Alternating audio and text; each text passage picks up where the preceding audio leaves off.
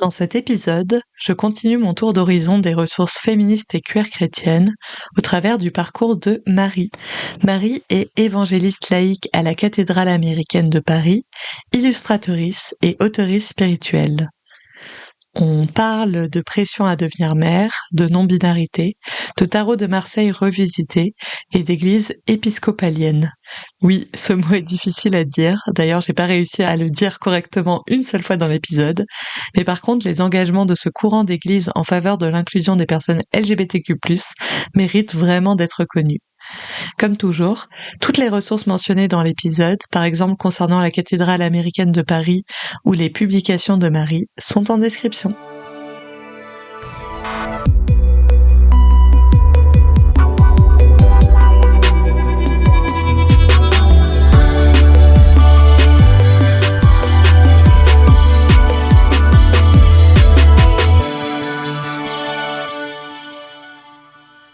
Bon, salut Marie. Bonjour.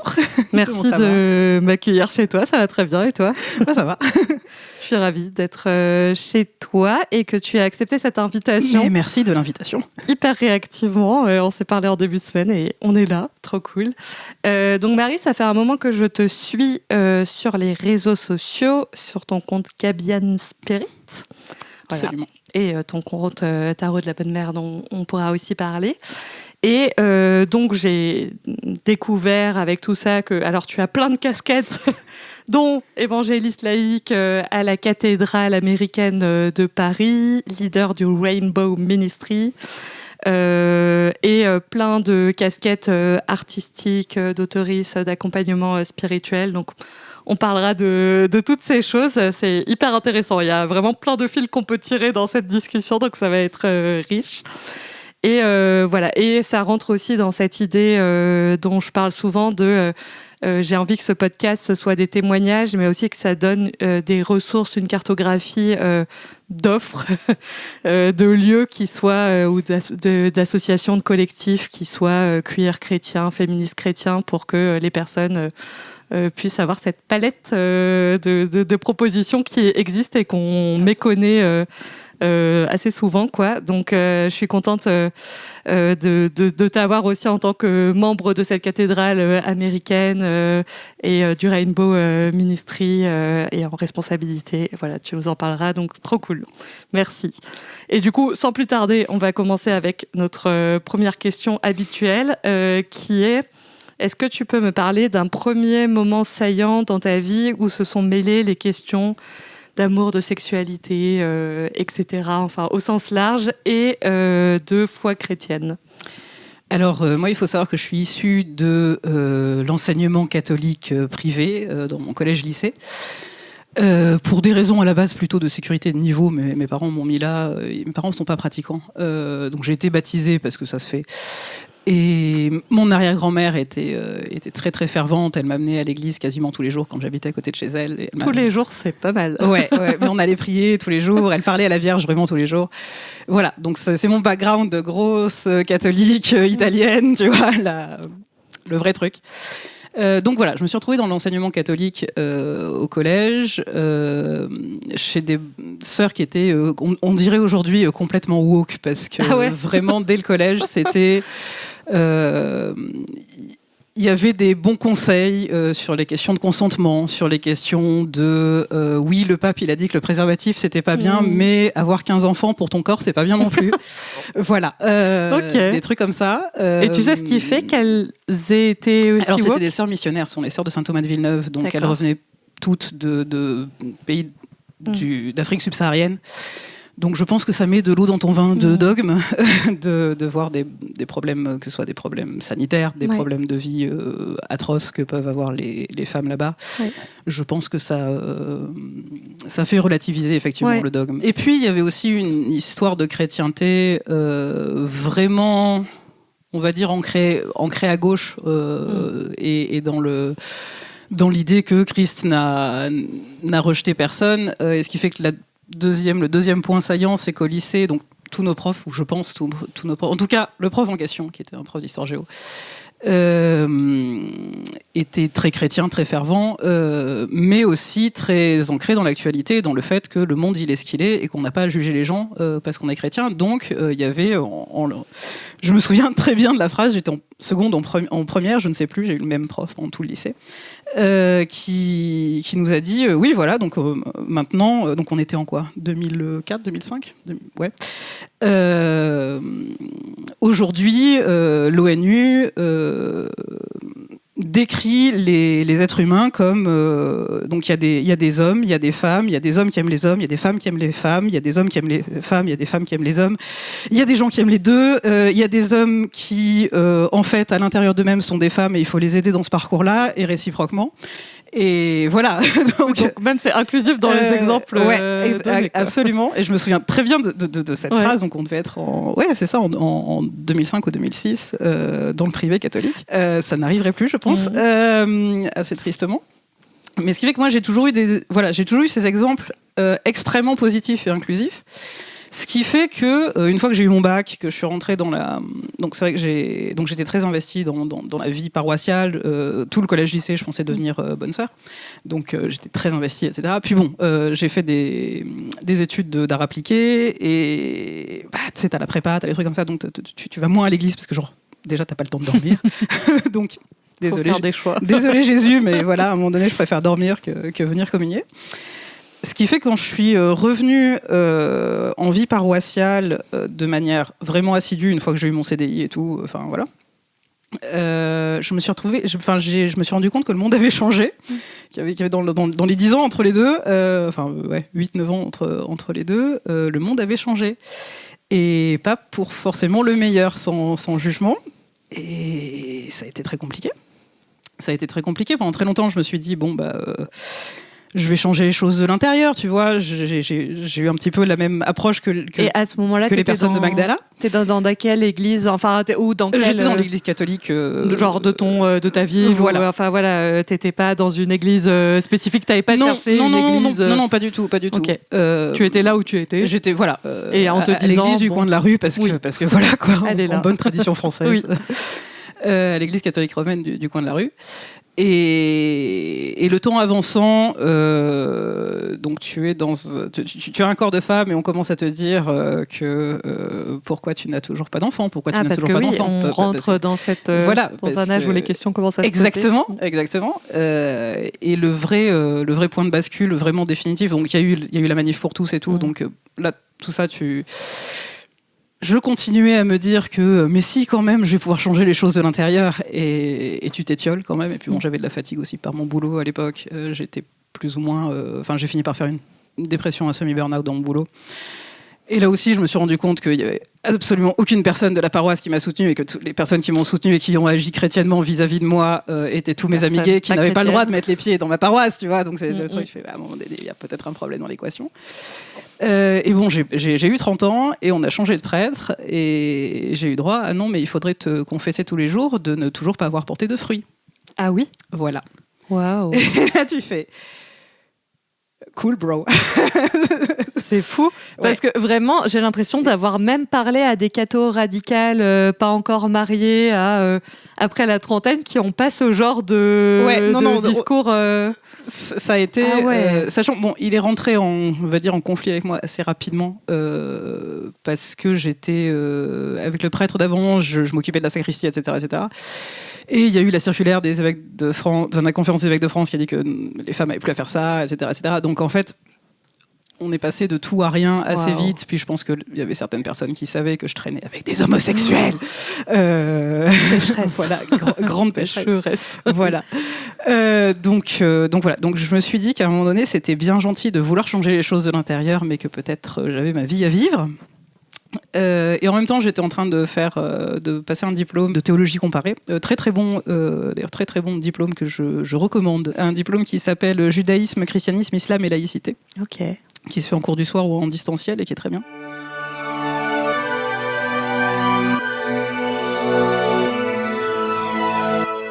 donc il y avait cette espèce de truc de benchmark de toutes les chrétientés. Et là tu fais, ils ont l'air bien les épiscopaliens. Et puis je bossais à l'époque en face, de l'autre côté de la Seine par rapport à la cathédrale américaine. J'y étais allé pour des concerts et je me suis dit, tu sais, on était confinés. Je me dis bon, je vais regarder leur chaîne YouTube, tu vois. Et j'ai accroché comme ça. C'est vrai que quand même le confinement ça a permis de faire ce genre de marché d'église qui est difficile. Enfin, il y a vraiment des enjeux. Il peut y avoir une pression par rapport au fait de dire la fidélité par rapport à une église, c'est un enjeu. C'est ça. Et puis tu te dis bon, j'ai rencontré des gens, machin, je peux pas ne plus y aller, disparaître, partir et tout. Et que du coup, c'est vrai que le confinement ça a permis ça de se dire on regarde, personne ne sait quelle chaîne YouTube on regarde. Okay. Et les gens de la chaîne YouTube ne savent pas qu'on regarde aussi, tu vois, parce que moi c'était plutôt ça aussi, tu vois, je vais aller dans une église et tout, je vais dire bonjour à des gens, et j'étais un peu mal à l'aise de l'idée de tu vas te présenter et tout, puis ne jamais revenir peut-être, ou voilà. Bref, donc j'ai fait comme ça, et c'est fait que dès qu'on a été déconfinés, je suis rentrée à la cathédrale américaine, et j'ai demandé à être officiellement intégrée dans la tradition de l'église américaine, donc en 2023, j'ai mon petit diplôme là que je te montre. Puisque venant du monde catholique, j'étais déjà baptisée et confirmée. Donc voilà, pour rentrer dans la tradition, il y a cette... comment dire, c'est pas un sacrement du coup, mais cette petite cérémonie là où on te dit bon maintenant tu es épiscopalien, épiscopalienne. Une sorte de présentation en mode il est accepté ton baptême, ta confirmation, exactement. Mais on te présente à l'église exactement devant la communauté. Voilà, l'évêque te serre la main et puis voilà. Ce qui est cool au demeurant. Oui. Mais on est une petite communauté quand même, donc l'évêque on le voit souvent. Il y a un côté un peu moins prestigieux que quand tu es dans l'église catholique romaine où bon, tu vois l'évêque peut-être une fois quand t'es confirmé, c'est tout. Nous, on le voit assez souvent, mais voilà. Donc, tu as été présentée. Donc, j'étais présentée et je suis rentrée dans cette belle famille où, tout de suite, ça a été... Donc, dans la tradition épiscopalienne, pour en parler un peu, donc les femmes peuvent être prêtres, les personnes trans peuvent être prêtres, tout le monde peut être prêtre. Et ça a été et depuis longtemps, et ça a été depuis assez longtemps. Oui, depuis. J'avais vu pour l'église, la cathédrale américaine de Paris, que ça fait depuis les années 70 que cette cathédrale est ouverte à toutes ces questions, et du coup potentiellement toute l'église toute l'église épiscopalienne. C'est au-delà de cette cathédrale. En fait, l'église épiscopalienne est une église internationale qui appartient à la communion anglicane, donc c'est-à-dire toutes les églises qui se sont affranchies de l'église d'Angleterre à un moment ou à un autre de l'histoire de l'humanité. Et donc l'église épiscopale est la branche des États-Unis, mais qui de plus en plus se détache. C'est-à-dire que historiquement, oui, c'était, on va dire, entre très gros guillemets, parce que c'est pas tout à fait vrai, mais l'église d'État des États-Unis, et qui maintenant a des antennes un peu partout en Europe, un peu partout en Océanie, en Amérique du Sud. Voilà, donc c'est aussi... Traditionnellement, on est toujours obligé de dire Église épiscopalienne des États-Unis, mais en vrai, c'est de moins... c'est une église de plus en plus globale, et qui, depuis les années 60-70, est totalement... parce qu'en fait, c'est hérité de la question de la lutte pour les droits civiques aussi, aux États-Unis, où on dit on est antiraciste, donc on va pas commencer à discriminer d'autres personnes encore. Et on a cette modification. C'est par ça que c'est arrivé. On a cette modification de nos vœux de baptême qui ont été faits à ce moment-là aussi, où on a un vœu supplémentaire qui est de dire je m'engage à l'image de Christ à lutter pour la justice et la dignité de tous les êtres humains. Donc forcément, une fois que tu as dit ça, tu peux pas commencer à discriminer des gens pour des raisons d'identité. Bon, avec de la dissonance cognitive, j'imagine que d'autres le font, mais en tout cas, cette église est allée au bout. Voilà. Après, on a des paroissiens qui ont toujours leur biais personnel, parce qu'on est des humains. On sait que rien n'est parfait, mais qui en tout cas institutionnellement, théologiquement et dans le discours est allée au bout d'une démarche, quoi. Ok. Et donc avec la prêtrise des femmes depuis très longtemps, la prêtrise des personnes de couleur, voilà. Tout en allant avec la société, avec il y a la liturgie pour les mariages de même genre, elle existait avant que la loi passe aux États-Unis. Elle a été mise en pratique du moment que la loi est passée, parce que tu vas bien entendu pas faire des trucs illégaux. Voilà. Donc, hyper intéressant. Je méconnaissais vraiment ce courant d'église. Franchement, c'est chouette. Bah ouais, c'est super. Je prêche pour ma paroisse, c'est le cas de le dire. Non, mais fais-le. Voilà, et donc je me suis retrouvée intégrée finalement assez vite avec tout ce truc de reconnaissance de mais t'es super compétente en fait sur plein de sujets. Donc je fais ouais, c'est moi, en toute modestie. Je me suis retrouvée en fait par un concours de circonstances, d'abord en charge des vêpres jazz, parce que c'était le chanoine de l'époque qui avait créé ça. Donc un dimanche par mois, il y a un temps de prière où on alterne en fait lecture de textes poétiques, jazz. On a un super quartet de gens vraiment très doués, et donc lecture de textes poétiques, bibliques, prières et musique jazz. Donc le chanoine de l'époque avait créé ça. Stylé. Il est reparti parce qu'il a été nommé doyen de la cathédrale de Houston, donc il est reparti.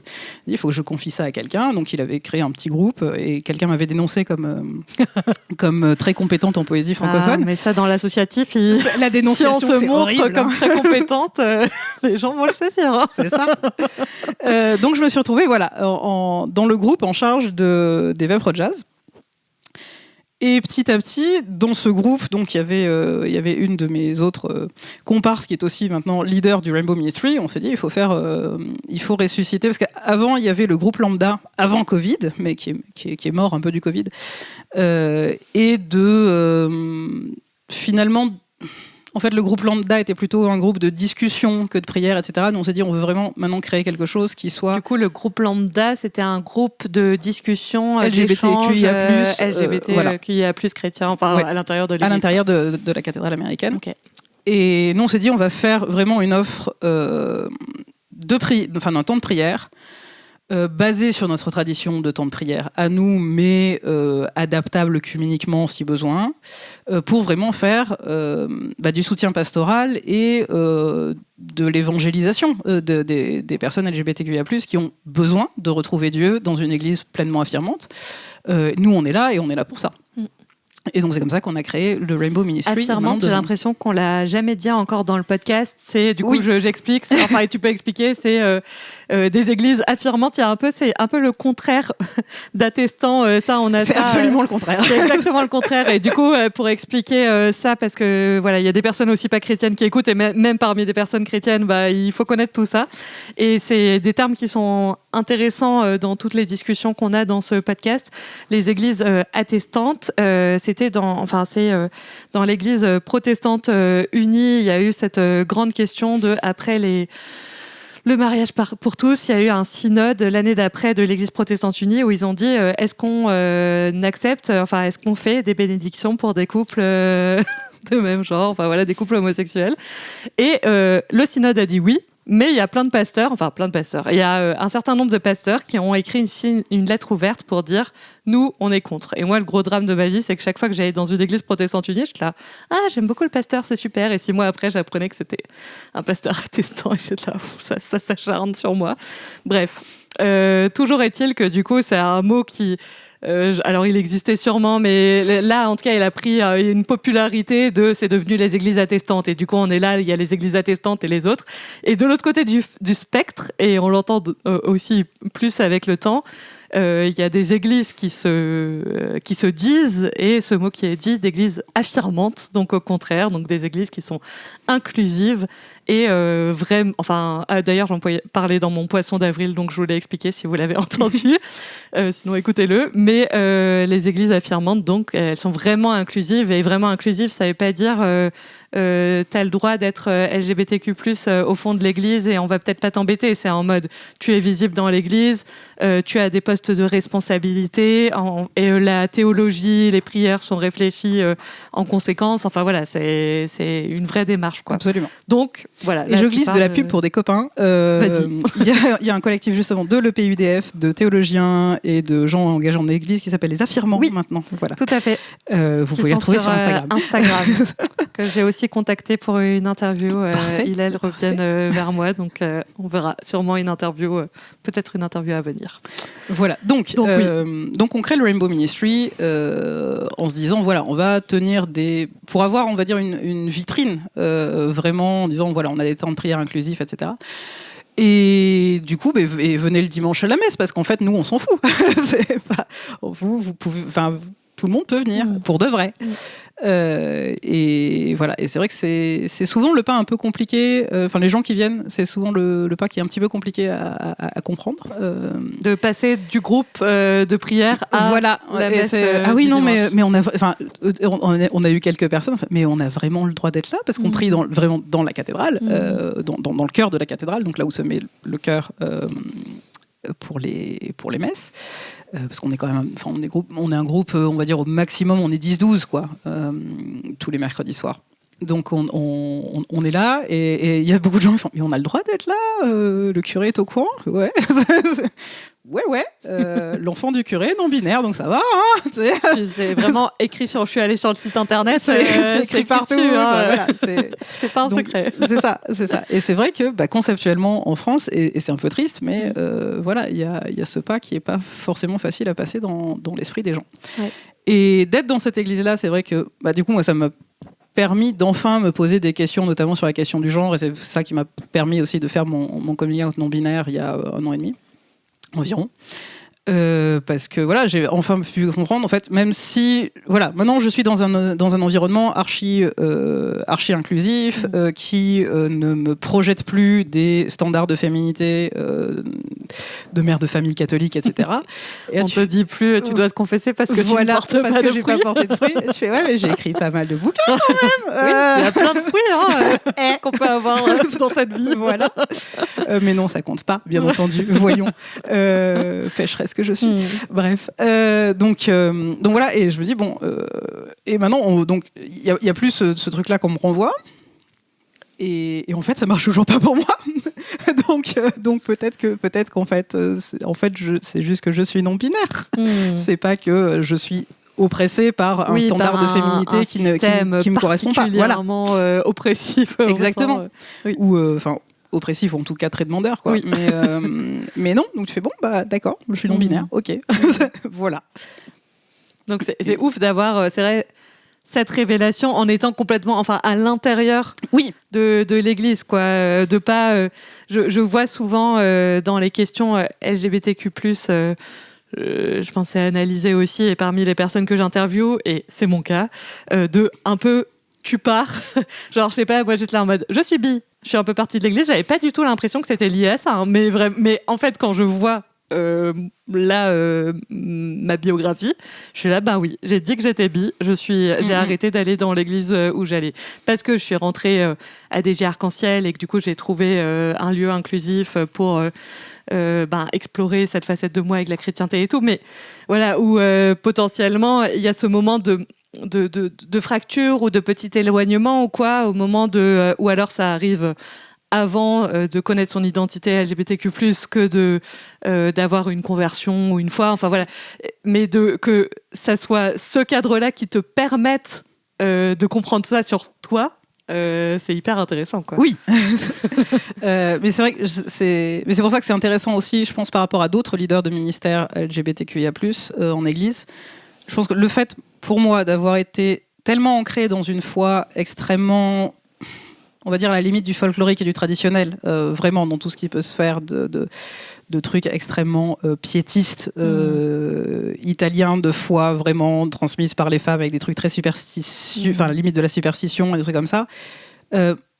Moi, et c'est un truc que mon arrière-grand-mère me disait, m'a toujours dit, il y a la foi, qui est la présence de Dieu avec toi et des saints et des anges, etc. Et puis il y a ce qui dit le curé.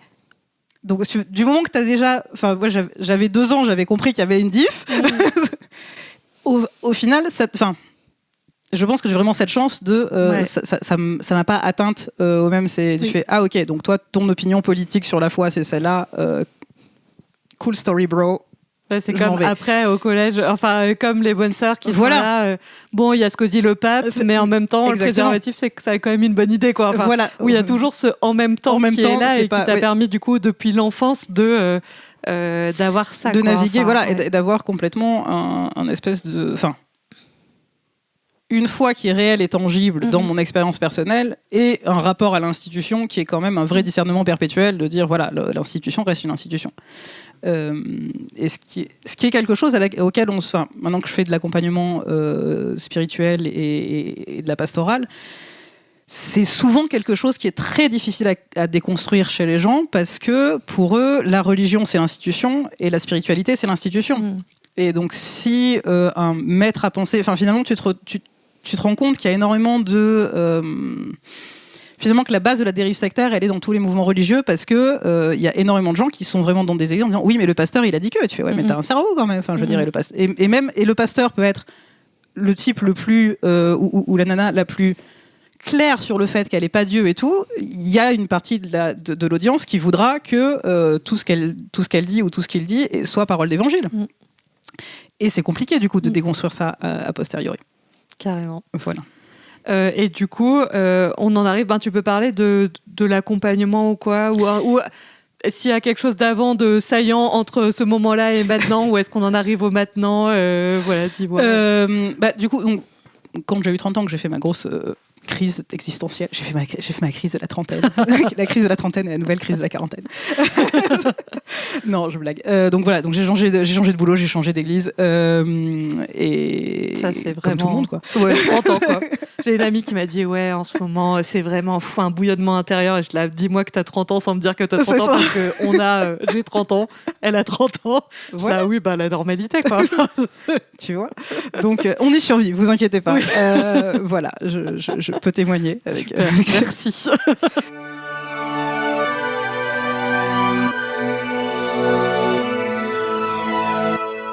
J'ai opéré un réalignement, quoi, si tu veux. Je me suis dit, il y a un truc, il y a tout un chemin aussi de connaissances personnelles qui s'est joué chez moi, de commencer à me questionner sur est-ce que je serais pas autiste, etc. Donc il y a eu tout ça. Donc il y a toute une étape de unmasking assez profond suite à mon burn-out et tout. Donc je me suis dit maintenant il faut vraiment que je me réaligne sur voilà, qu'est-ce qui est vraiment moi, qu'est-ce qui me fait vraiment... Enfin, me fait vraiment pas forcément... La question n'est pas forcément de savoir qu'est-ce qui me fait plaisir ou qu'est-ce qui me fait vibrer, mais à quel moment je suis en accord avec ce que je sens de Dieu en moi, à quel moment je suis utile dans le monde sans que ça me pèse. Et c'est là que j'ai commencé à faire de l'accompagnement spirituel. Bon, du coup, j'ai dessiné un tarot. C'est la première chose. C'est par ça que tu as commencé ? C'est un peu par ça que j'ai commencé, parce que j'avais ce truc-là très folklorique, de me dire voilà, les gens vont aller vers de l'accompagnement spirituel comme ça aujourd'hui. Et moi, j'ai envie de les rejoindre à cet endroit-là, parce que c'est une culture que j'ai aussi. Et je vois. Enfin.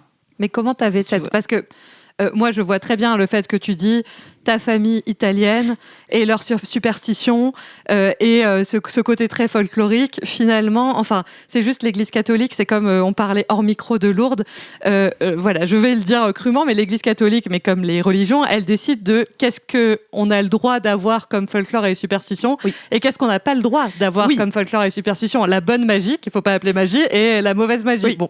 Et du coup, le tarot, ça fait partie mais en vrai, la mauvaise magie, voilà. Même si, voilà, moi je suis tout à fait d'accord que tout ça, c'est sur quoi on décide, qu'est-ce qu'on décide que c'est acceptable et pas acceptable. Mais du coup, ma question, c'est comment est-ce que toi, t'es arrivé là-dedans ? Est-ce que tu t'es dit, opportunité, les gens en ce moment, enfin, opportunité. Non, j'en avais la culture, vraiment, okay. parce que donc, je viens du sud de la France, et en fait, il y a vraiment le truc de ce que le curé en dit, on s'en tape, quoi. C'est pas. Il y a à peu près tout le monde qui tire les cartes. Voilà, enfin, ça fait partie de la culture, point. Et avec c'était vraiment ta culture en grandissant, quoi. Ok. Donc, je me suis dit, voilà, et les gens. Enfin. Et tu as dû le voir aussi, comme moi sur Instagram, tu as cette dérive-là de plus en plus vers une spiritualité mercantiliste ou du mauvais développement spirituel avec toutes les dérives du féminin sacré qu'on voit, ou des paganismes qui parfois glissent de manière excessivement dangereuse vers l'extrême droite, voilà, des trucs comme ça, ou qui sont très manipulés politiquement. On a vu tous les trucs QAnon aussi qui sont passés par là. Ça, j'ai pas vu QAnon. Et ouais, béni sois-tu. Parce que vraiment. Bref, donc, béni soient toutes les personnes qui voilà, en ont entendu parler. Plati, enfin voilà, du coup, voilà, j'ai commencé, enfin, je suis allée voir une voyante, du coup, je deviens platiste. Enfin voilà, Le parcours peut être très bref. On va vers la théorie du complot. On commence par du New Age, de l'ésotérisme et tu tombes assez vite. Oui, donc il y a de tout. Donc il y a de tout, voilà.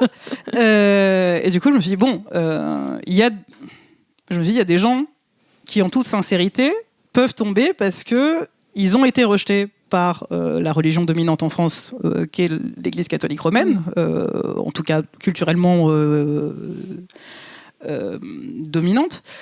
Et il faut que je leur montre un chemin alternatif. Alors, pas que moi, bien entendu, je n'étais pas là dans une position messianique, mais il y a un chemin alternatif qui existe et j'ai envie de le montrer et j'ai envie d'en témoigner. Donc, je crée mon tarot des saints, avec, donc j'ai fait des saints SINTS, je précise. Sur ce podcast, on ne sait pas. Oui, parce que tu es, je ne sais pas si je l'ai dit au début, mais aussi illustratrice, donc tu as aussi, du coup, dessiné. J'ai dessiné tous les... Il y a eu un gros travail de recherche sur l'iconographie de base, sur les tarots médiévaux, sur toute l'iconographie à laquelle ça pouvait renvoyer. Plus une recherche sur des archétypes des saints et des saintes qui soient des archétypes et uniquement issus du bassin méditerranéen, parce que tarot de Marseille, tout ça. J'y ai réfléchi. Et donc j'ai produit mon tarot et je me suis dit, voilà, je vais offrir de l'accompagnement spirituel et de l'évangélisation à travers ça, parce qu'on peut faire de la Lectio Divina. Avec du tarot. Je me rapproche du mouvement du tarot, de Christian Tarot, qui est un mouvement américain. Donc il y a quelques ouvrages, notamment le Contemplative Tarot. Le nom de l'autrice m'échappe, mais vous cherchez sur Amazon Contemplative Tarot. En description. Voilà. Qui est un super ouvrage, vraiment, même pour même débutant du tarot, parce qu'il y a donc à chaque carte, il y a ce à quoi ça renvoie pour elle d'un point de vue biblique, selon les archétypes de la carte. Oui, parce que je me demandais qu'est-ce que c'est cette analyse. Du coup, c'est un rattachement. Rattachement. En tout cas, il y a dans l'imagerie, dans les symboliques, dans ce que dit la Bible, en tout cas une lecture du tarot qui a cette influence, cette base chrétienne. Oui, c'est-à-dire qu'en fait, donc chaque carte est un archétype, est un ensemble de symboles. Et donc forcément, dans la Bible, où il y a quand même des symboles de beaucoup de choses et des passages qui traitent d'à peu près tous les moments de la vie, c'est assez facile de dire voilà, cette carte-là parle de la manière dont on a l'impression d'être dans le manque et en fait on n'est pas dans le manque. Tu fais tiens, ça parle peut-être de l'épisode de la manne et des Hébreux. Enfin voilà, des choses comme ça.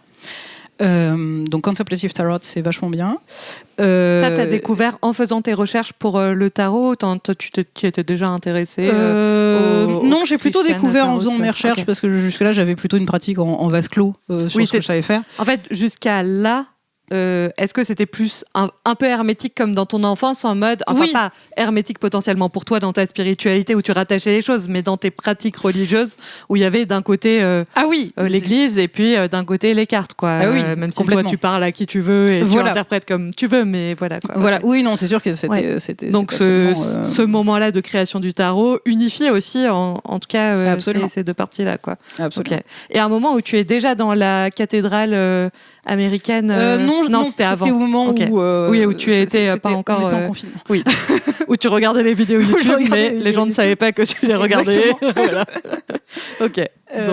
Donc tu crées ce tarot. Voilà. Et je commence sur Instagram à poster à la fois des tirages, des interprétations, des Lectio Divina avec le tarot, c'est-à-dire que je prends un texte biblique, donc c'est ce que je fais toujours maintenant. Je prends le texte du lectionnaire de l'église épiscopale du jour et je tire une carte en regard. Je dis voilà, quels sont les thèmes qu'on peut trouver en faisant le lien entre cette carte et le texte biblique.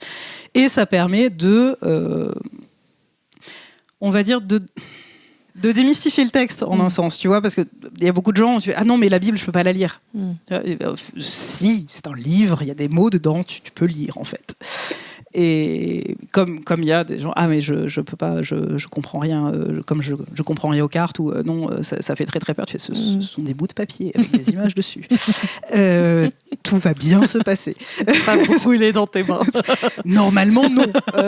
Ou alors, waouh. Je sais pas, non. Je sais pas. Tu mets un peu de polonium, peut-être. Je sais pas. Tu vois, je sais pas. Mais... Ouais.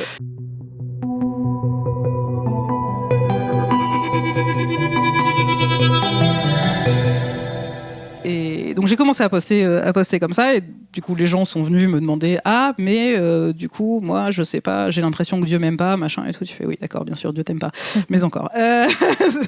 Donc j'ai commencé à faire de l'accompagnement spirituel comme ça, et c'est pour ça qu'au final quand avec mes consoeurs de la cathédrale, on s'est dit tiens on va faire le Rainbow Ministry. Je me suis dit ouais, en fait, même si on a de la pastorale à faire, c'est bon, j'en fais déjà. Ouais. Et finalement, en fait, c'était entre guillemets un peu le même public cible, quoi. C'est plus ou moins parce que c'était plus large, mais il y a ce côté là, notamment les personnes queer qui se sont senties, ont été exclues de l'Église et qui du coup ont cherchent un besoin de spiritualité de foi, qui la trouvent ailleurs. Et qui du coup que tu peux rattraper, en tout cas qui peuvent avoir ces intermédiaires là. Et du coup pareil pour le Rainbow Ministry avec ce temps de prière où tu utilises un peu même les mêmes mots pour les décrire de quel est l'objectif, à quoi, pourquoi vous le faites. Absolument. Sachant que les gens qui viennent au Rainbow Ministry, j'ai envie de dire, sont peut-être moins abîmés par l'institution.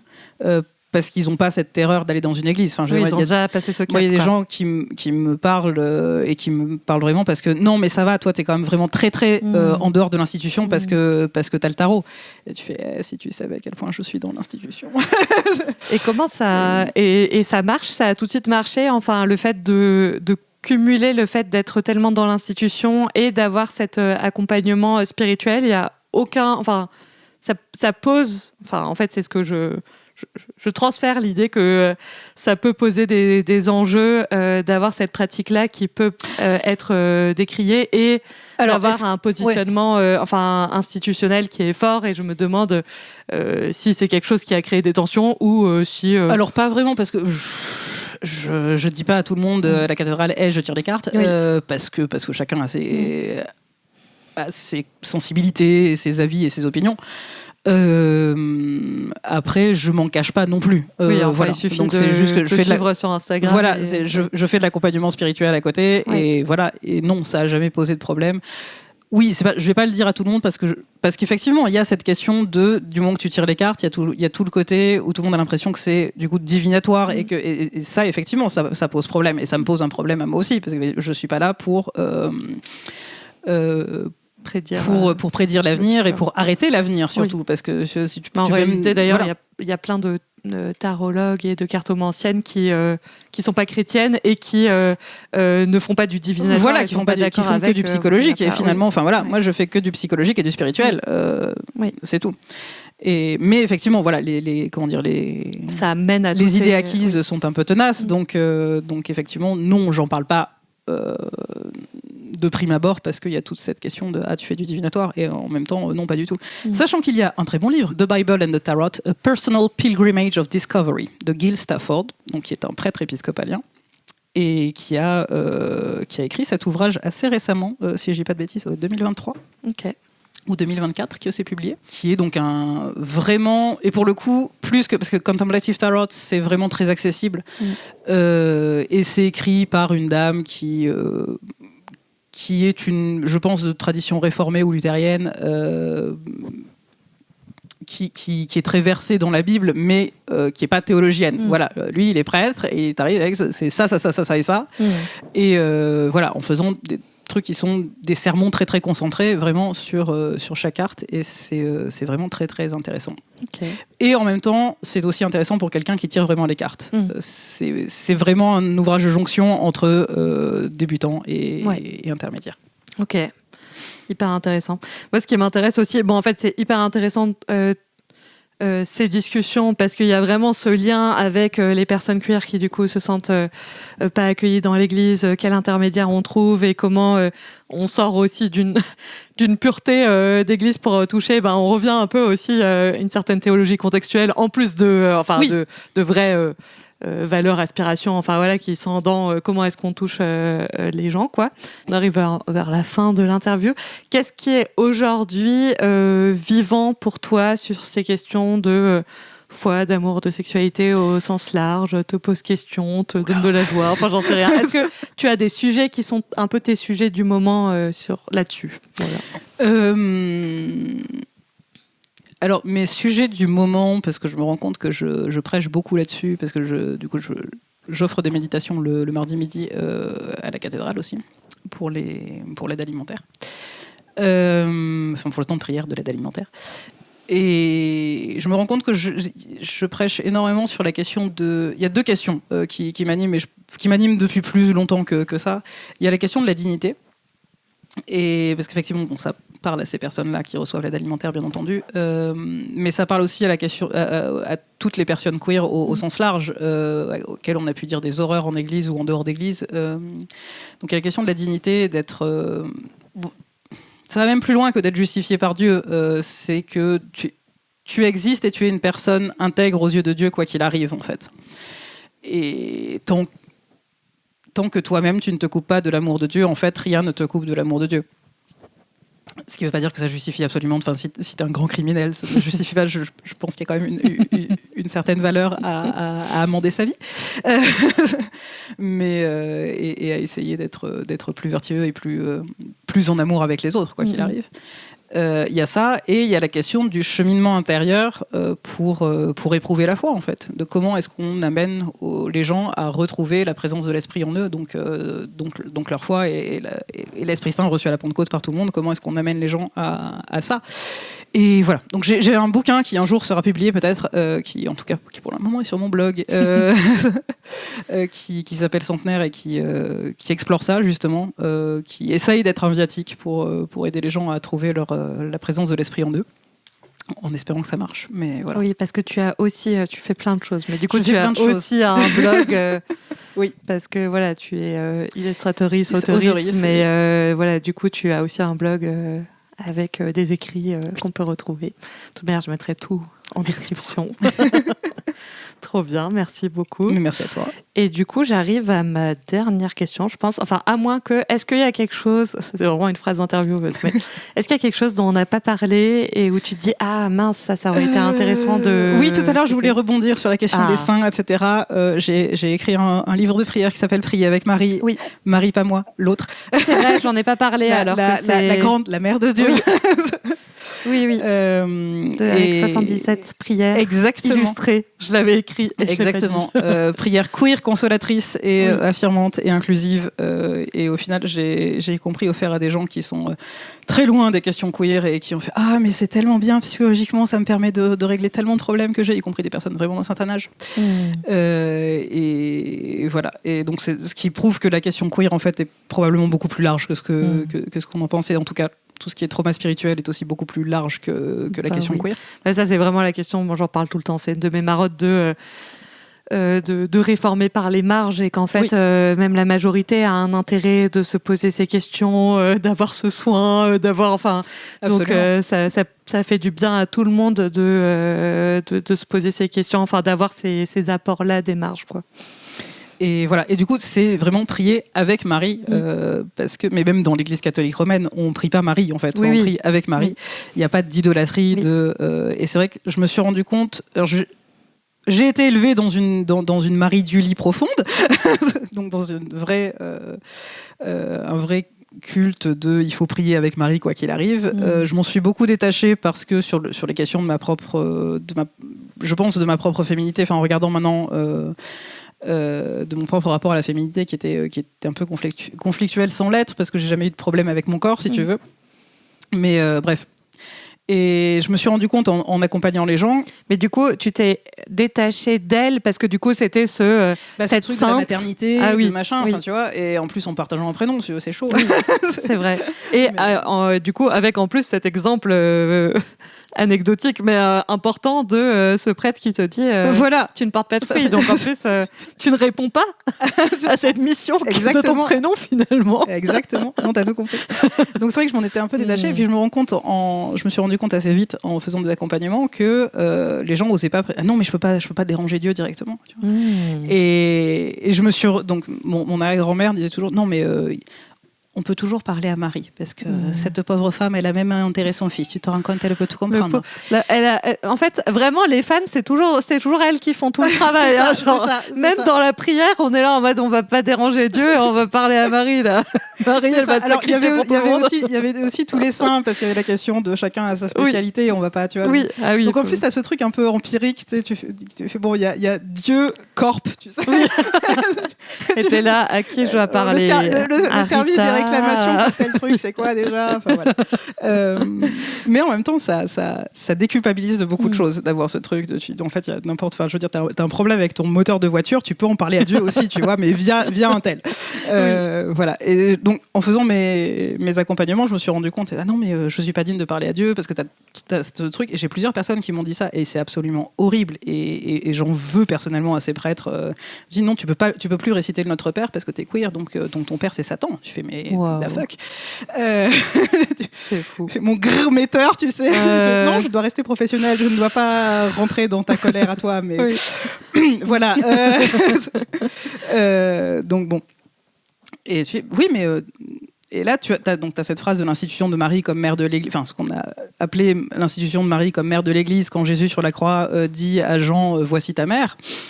Du coup tu dis bon bah non mais t'as une maman au ciel, donc tu peux prier, tu peux lui demander de prier avec toi machin, et qu'elle transformera tes mots pour qu'ils soient dignes de Dieu, etc. Donc en fait tu retournes sur la question de la dignité et sur la question de pas être seul et d'avoir une présence à côté de toi qui commence par être une présence extérieure qui petit à petit va finir par être une présence intérieure, et de l'ombre spirituelle de Marie à tes côtés qui va, je l'espère, à un moment donné devenir le sentiment de l'Esprit Saint en toi. Ok. Toujours des questions d'intermédiaire qui permettent de toucher des choses qu'on a peur de toucher, ou du mal, ou été coupé par des traumas. Absolument. Ok, trop bien. Ben, merci de nous rappeler ce livre que je mettais en description et que je m'étais noté pour en parler, donc merci. Et du coup, ma dernière question que je repose, j'avais arrêté à un moment, et ça, les foules m'ont dit mais pourquoi tu ne la poses plus? Bon, les foules étant ma mère et ma sœur, mais 2 ça suffit pour faire voilà. Et quand 2 seront assemblés en son nom, il sera au milieu de. Tout à fait, merci beaucoup. Donc elles m'ont dit qu'il fallait que je repose cette question, et grand bien nous fasse, qui est est-ce que tu peux prendre du temps pour y réfléchir si tu veux. Est-ce que là on vient d'avoir cette discussion, est-ce qu'il y a un truc que t'en gardes? Et je vais y répondre aussi. Est-ce que ça t'a fait ou réfléchir à un truc, ou confirmer quelque chose, ou juste là dans ce que tu as dit, t'as un mot ou un concept ou quelque chose où tu es là en mode voilà, c'est ça qui est un peu le truc saillant. Enfin voilà. Très libre. Alors c'est un truc, ça va être tarte, mais tant pis. À chaque fois que je me prête à ce genre d'exercice, ou que ce soit dans des podcasts ou en vrai quand on à chaque fois, je suis vraiment émerveillée de voir à quel point tout fait sens, et vraiment, enfin ça fait quiche, mais tant pis. Où vraiment il y a la présence de Dieu dès le départ, et qu'en fait si tu regardes et je pense que c'est vrai pour toutes nos vies, où si tu prends un peu de recul, tu te rends compte qu'en fait Dieu a toujours été là et t'a amené jusque là où tu es, et qu'en fait tout fait sens, et que c'est et que non, il n'y a jamais de ligne droite, parce qu'il n'y a jamais de ligne droite dans la vie, mais en fait il n'y avait qu'une seule route, quoi. Trop bien. Et de mon côté, je trouve ça hyper inspirant. Ce que je trouve hyper inspirant dans ton parcours, c'est, mais comme tu le dis, ce cadeau quand même d'avoir eu tout cet héritage si libre, qui t'a permis du coup d'avoir ce parcours si libre, enfin, et du coup de t'affirmer comme tu es, d'avoir toutes les activités que tu as maintenant, les engagements que tu as maintenant. Et je trouve ça hyper inspirant, et je trouve ça chouette. Bon, dans mon podcast, il y a plein de parcours différents, de gens qui sont en paix avec leur église, qui en sont partis, qui sont en paix ou pas avec plein de choses, mais d'avoir aussi des parcours qui sont... Alors, il y a plein de trucs compliqué dans ta vie, mais enfin, comme tout le monde, mais par rapport à cette foi sur et ces tout, questions-là. En fait, c'est chouette de montrer aussi ces parcours-là. Je trouve qu'on en a besoin, c'est inspirant et ça sort aussi d'images hyper binaires sur comment on vit sa foi en tant que personne queer ou quand on rentre pas dans les cases d'une manière ou d'une autre, et qu'en fait, on a des expériences qui, malgré, il y a évidemment des statistiques et une structure qui est très présente, et on en a parlé tout au long de cette discussion, dans ces personnes qui sont abîmées, qui ont du mal pour plein de raisons à revenir à une foi pour laquelle elles aimeraient revenir. Absolument. Par ailleurs. Mais qu'en fait, quand on voit les personnes elles-mêmes, on a une pluralité de parcours et on a des parcours très joyeux, hyper inspirants. Donc merci beaucoup. Et puis, je connaissais pas cette église. On est cool. Voilà, donc, on a une chaîne YouTube, si vous voulez suivre les cultes du dimanche en direct, la chaîne YouTube marche toujours. Comme toi, pendant le Covid. Exactement. Non, mais je sais qu'il y a des gens, il y a beaucoup de personnes qui me demandent sur Instagram comment on fait, enfin qui sont en province ou quoi. Voilà. Si vous avez une maîtrise de l'anglais correcte, puisque c'est une église, une cathédrale anglophone, donc c'est en anglais, mais voilà, le dimanche matin. Vous pouvez et puis si vous voulez voir, même pour votre culture du coup, enfin à quoi ça ressemble une église affirmante, même si ça va pas être forcément tous les dimanches vu tout le temps, enfin, mais dans la liturgie, l'atmosphère, comment c'est fait, enfin voilà. Non, ceci dit, notre service de la Pride de l'année dernière est toujours en ligne aussi sur donc super. Bah écoute, merci beaucoup Marie. Mais merci à toi.